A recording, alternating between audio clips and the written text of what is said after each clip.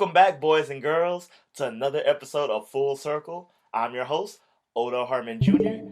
You can find me at Odo Harmon Jr. on all social medias, but more importantly, you can now find Full Circle at the Game Fanatics. Yes, we have our new home here on the channel. But nothing has changed, and you can always find us every Wednesday just at a new home. Right?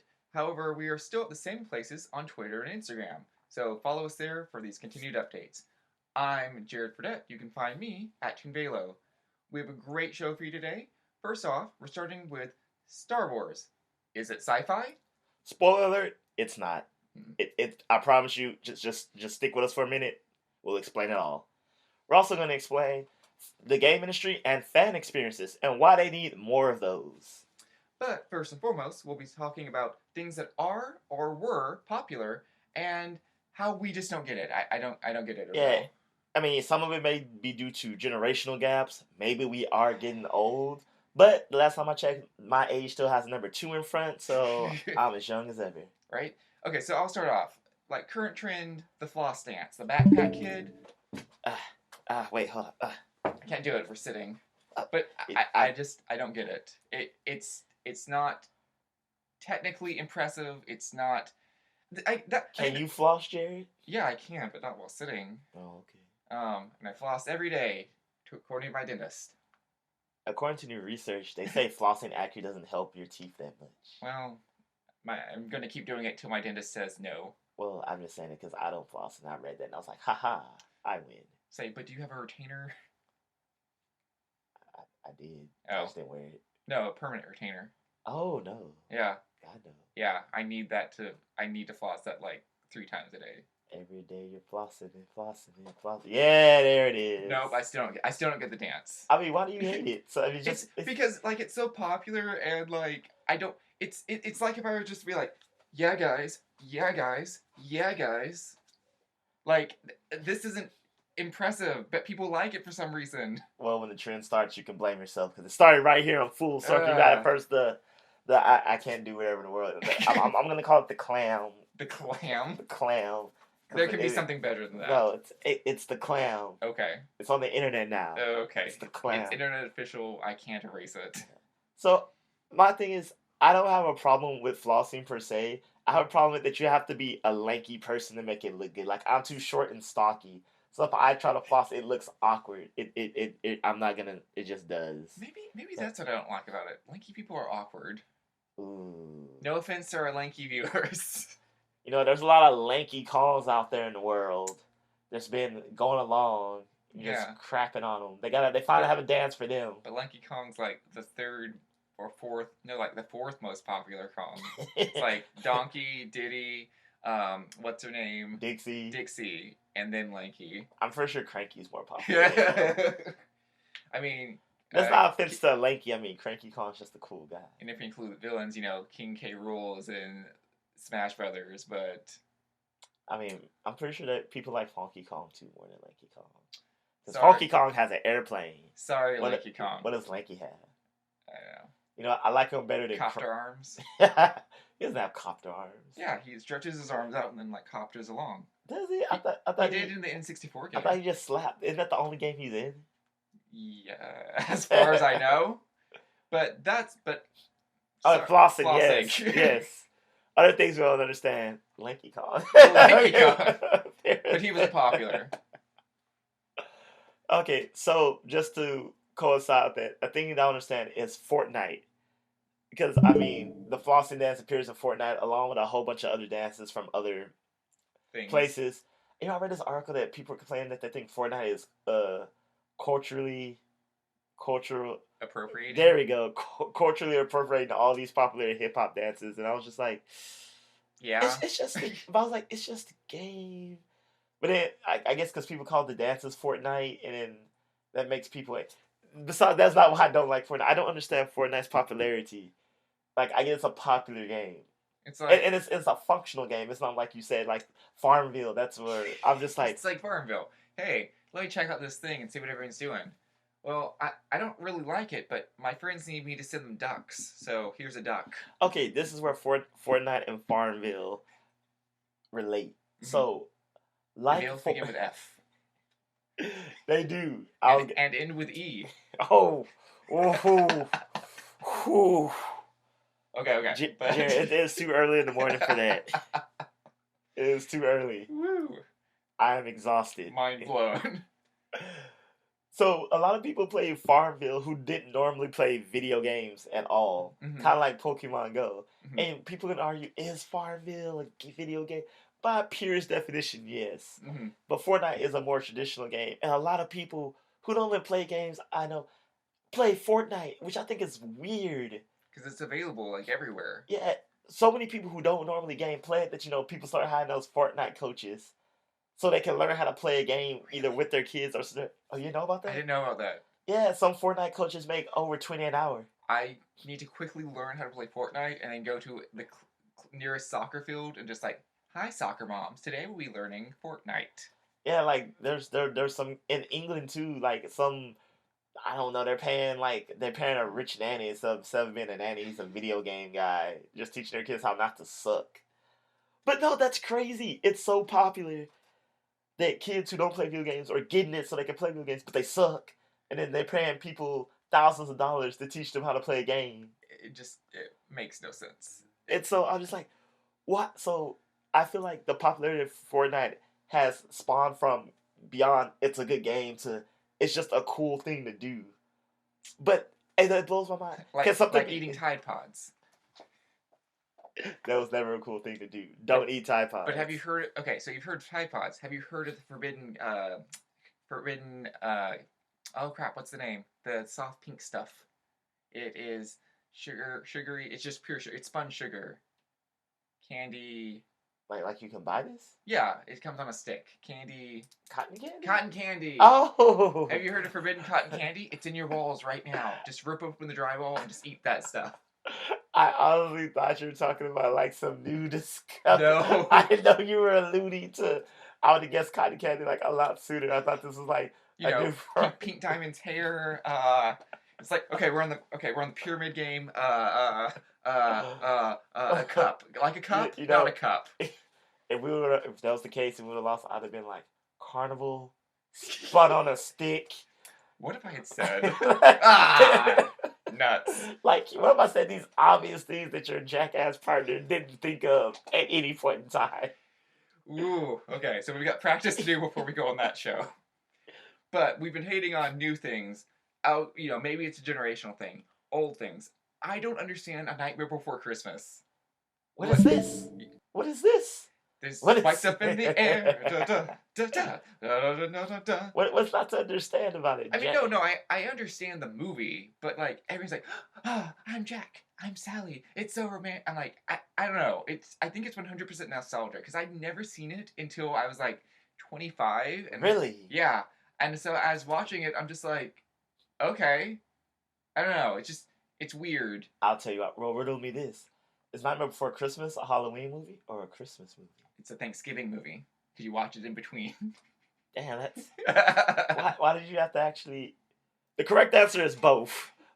While Jared again has me reflecting every decision I've ever made in my life. It's like the Harry Potter movies. You can just show them at any given time because they celebrate the holidays. No, I think its appeal is that it's both a Halloween and a Christmas movie. So its relevancy is from October to the end of December.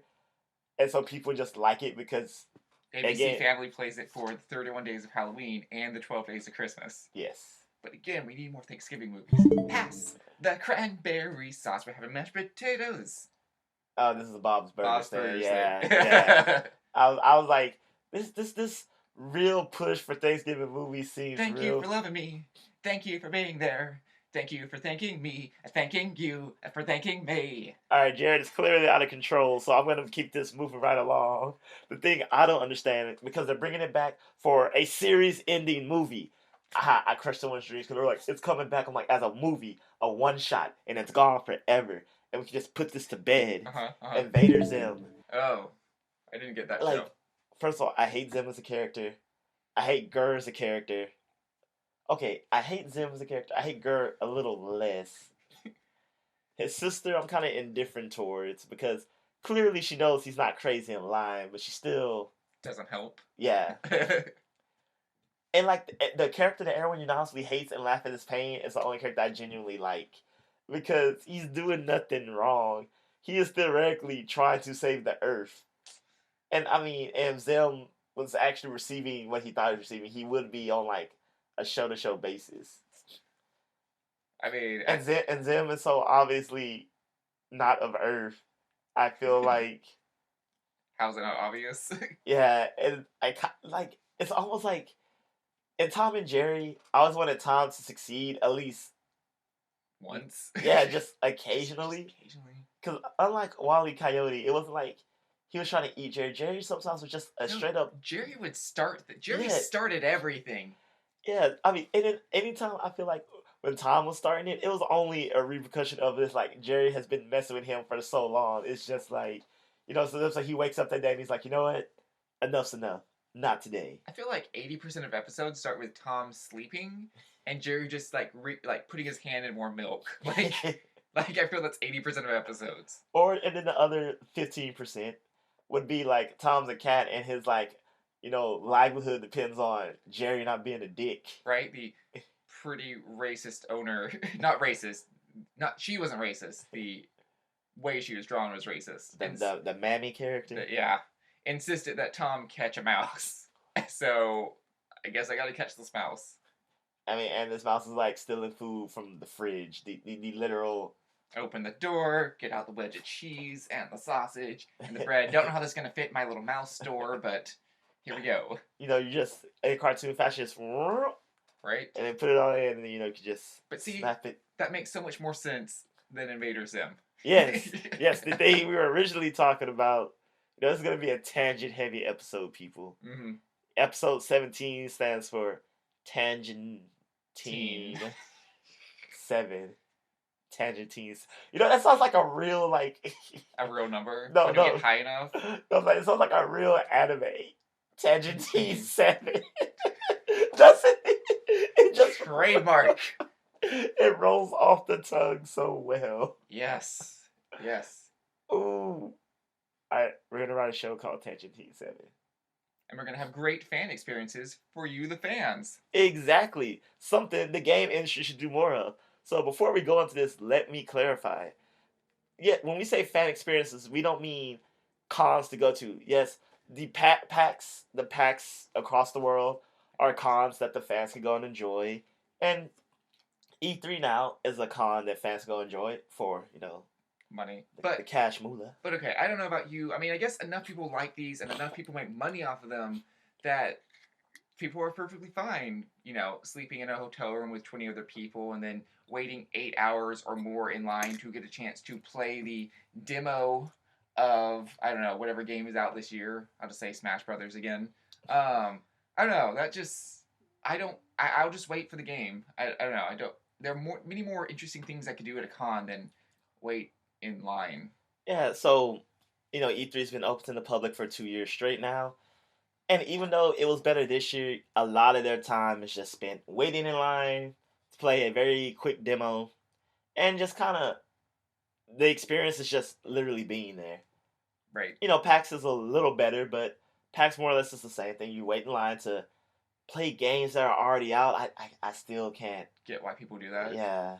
They're debating whether they want to buy this game or not. And it's going to hinge on the 5 minutes they can swing at Mario Tennis Aces.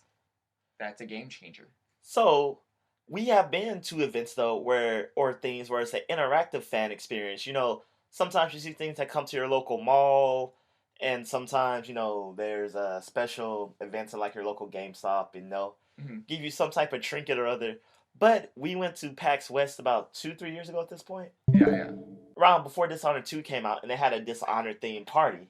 That was life. That was amazing. It was like a live action role playing. They had hired all these actors, and it was a game of password, effectively, where you could just come to the event and you could just see, they had hors d'oeuvres and everything. It was free to enter, and you could see new game footage and like how that. But if you wanted to, you could play the game, and so you just start out playing like kind of like a poker or a high or low game with like the random like street workers, like the dock workers. Yeah. Oh, and by the way, it's at an actual dock and an actual harbor. So okay, that was amazing, and that was extra. They didn't have to do that, but that just submerged me so much longer. Yeah, so when he says dock, we were really in the port town of Karnaka. Karnaka.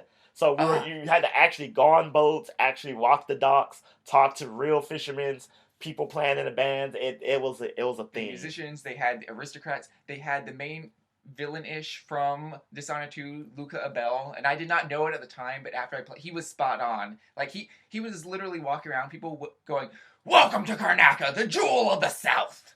Like it was amazing, Yeah, and and these characters weren't static. They moved around. You actually had to seek people out, like in a game. If they told you to go find the, I don't know, the innkeeper, you had to literally go and search for the innkeeper who would just walk his route around town. it right. It's like it made me so excited for the game. Yeah, and people were having a ball. Even if you didn't play the active game where you could win Xboxes and other fabulous prizes, it was just like you walked into a period piece, like a movie. People talked with accents. There was clearly feuds. Characters got into it, and there was a mystery to be solved. Right? Yeah. And let me, there's a large part to be said here for the atmosphere because the entire town was decorated, and one of the things prominently was there were banners that were welcoming the new Empress, Delilah Caldwin, asterisk for fans of the game. Mhm. But it's like, and you, so even without playing the game, even if you're just milling about before the gameplay video, you were getting a sense of what this game was about. Like, you could casually hear people say, I hate the Duke and the false Empress. And, but you were, yet, the state was telling you, this is the Empress, you should worship her. So, like, you already, without having to do anything, just being in the environment gave you a sense of what the game was about, which is far more effective than waiting in a queue line. That's like, I think this game's about elastic ropes, maybe. Uh, 5-hour loading screens. I don't know. I don't know what this game's about. So another cool example of this was I went to Hope County from Far Cry 5. I was really in Pleasanton, California. Ubisoft put on a close event for the press where we actually got to go to Hope County, uh, view horses, ride in dune buggies, meet Boomer the dog that is on my shirt. I actually got this. I got Boomer you see on the table and this shirt of Boomer from said event. We did crossbow training. There was obstacle courses. It was just a great old time. Like we felt like you were in Hope County, deep rolling hills, the music playing, everything.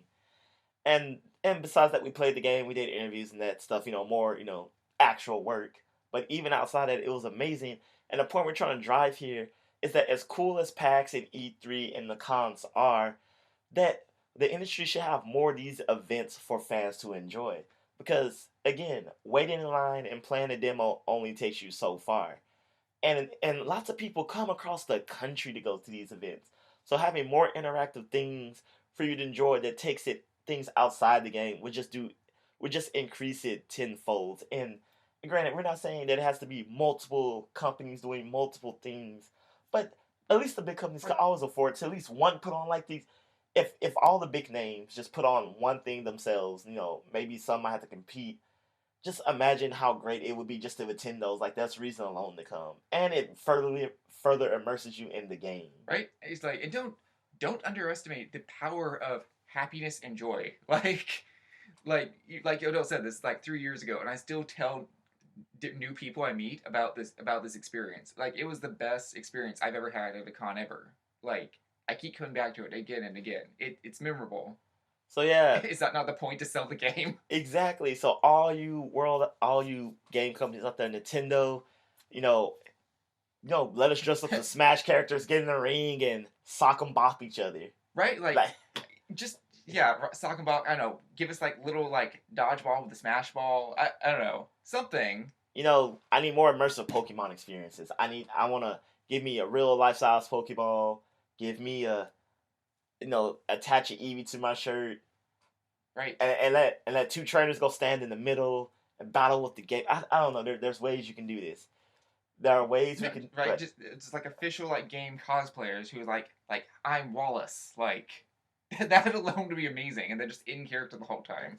So I can't really explain why they haven't done it, but what I can explain is why Star Wars isn't sci-fi. And by when I say I can explain it, I mean Jared can explain it because he's a big Star Trek and Stargate and All the stars minus Star Wars.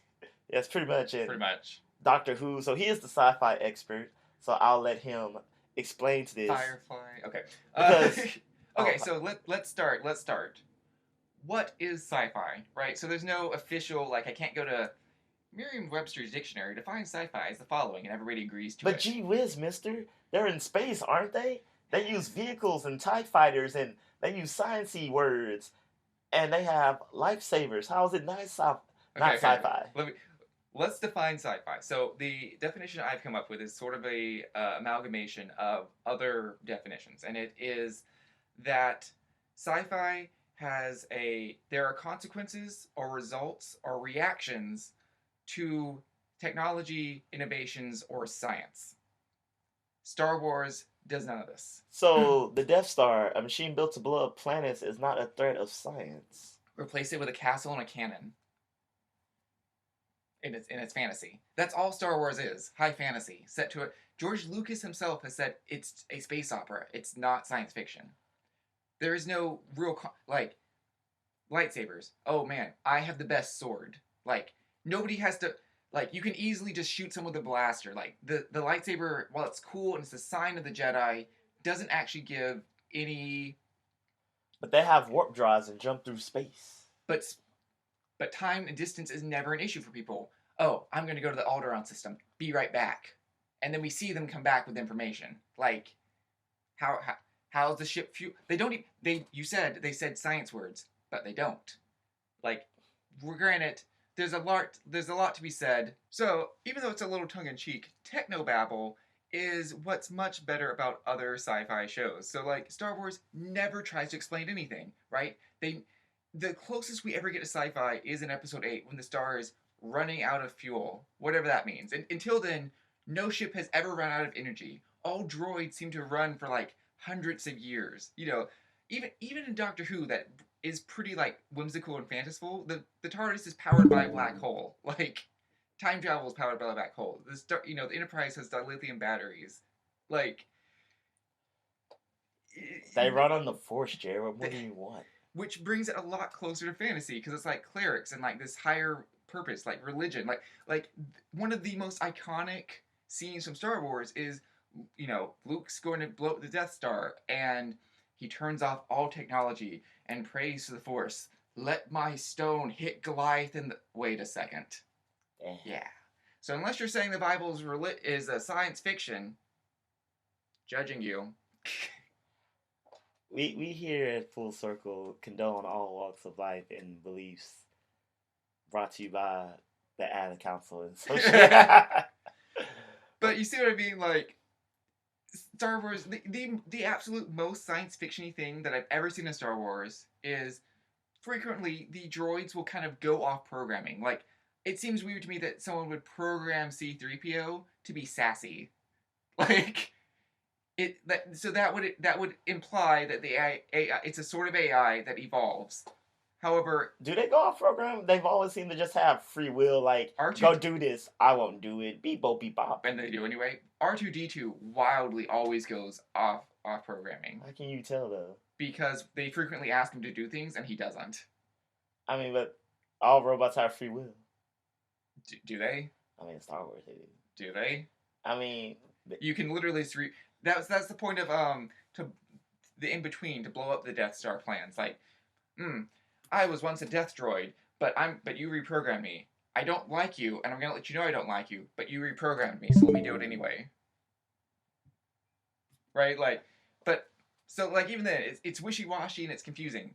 The most science fiction-y thing I've ever seen is in Episode 8 of all the Star Wars canon, where she opens up hyperspace and blasts off without any preparation. And there are immediate repercussions, right? She's ripped space through all the empires. Are they called the Empire anymore? I'll call them the Empire. First Order. First Order. The First Nazis, ships, the Third Order. Right? She herself has been obliterated. I will say that was the best part of the movie. And it was the most science fiction-y part.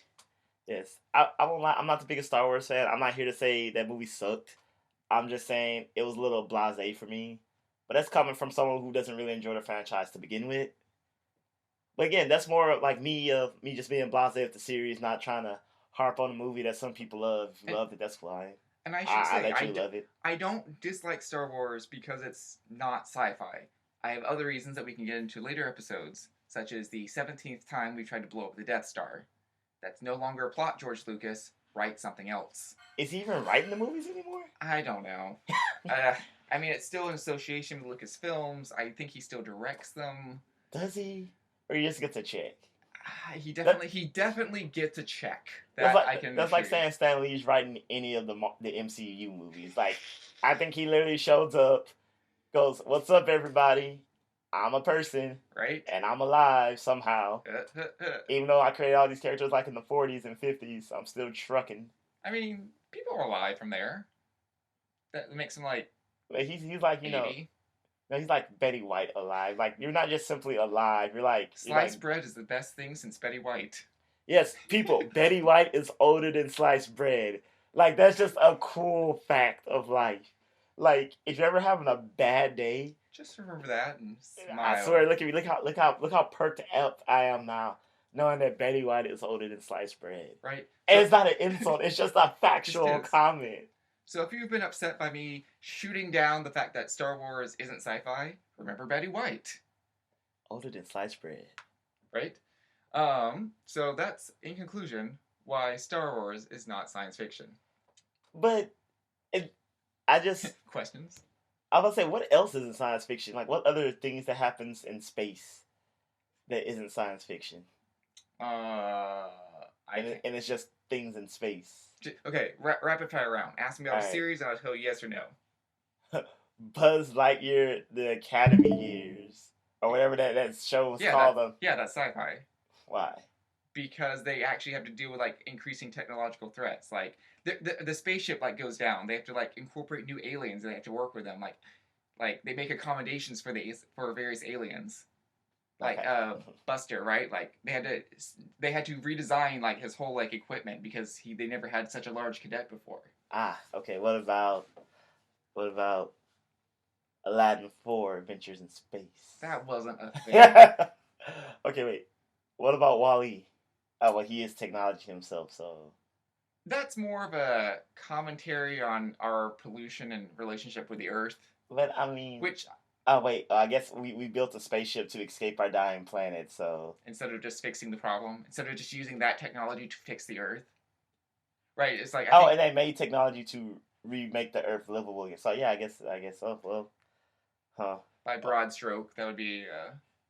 I know, I would still say it's just a family film. Alright, cool. Yeah, I win. I'm going to take that as a win. It has science... are the champions, no. It more my has... friend. It has science fiction. And I'm not done. Keep on fighting to the end. We are the champions. We are the champions. Just let it happen. No time for losers, cause we are the champions of the world. Alright, I'm done. Okay. Are you done? Because I think we've now reached the end of the episode. We've held our audience captive long enough. Because we are the champion. Because Odell is the champion. Yes. So, to wrap it all up, you've heard a lot about Star Wars and non-sci-fi.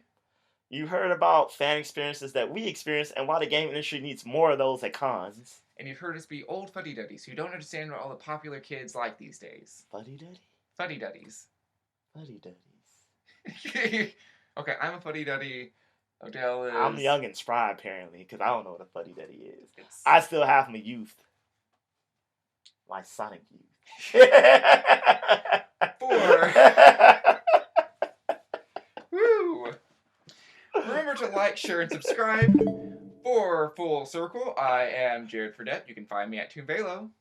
I'm Oda Harvard Jr. You can find me at Oda Harvard Jr. And remember, you can find Full Circle now at its new home at the Game Fanatics, but still free to follow us on Instagram and Twitter at FC Podcast 23.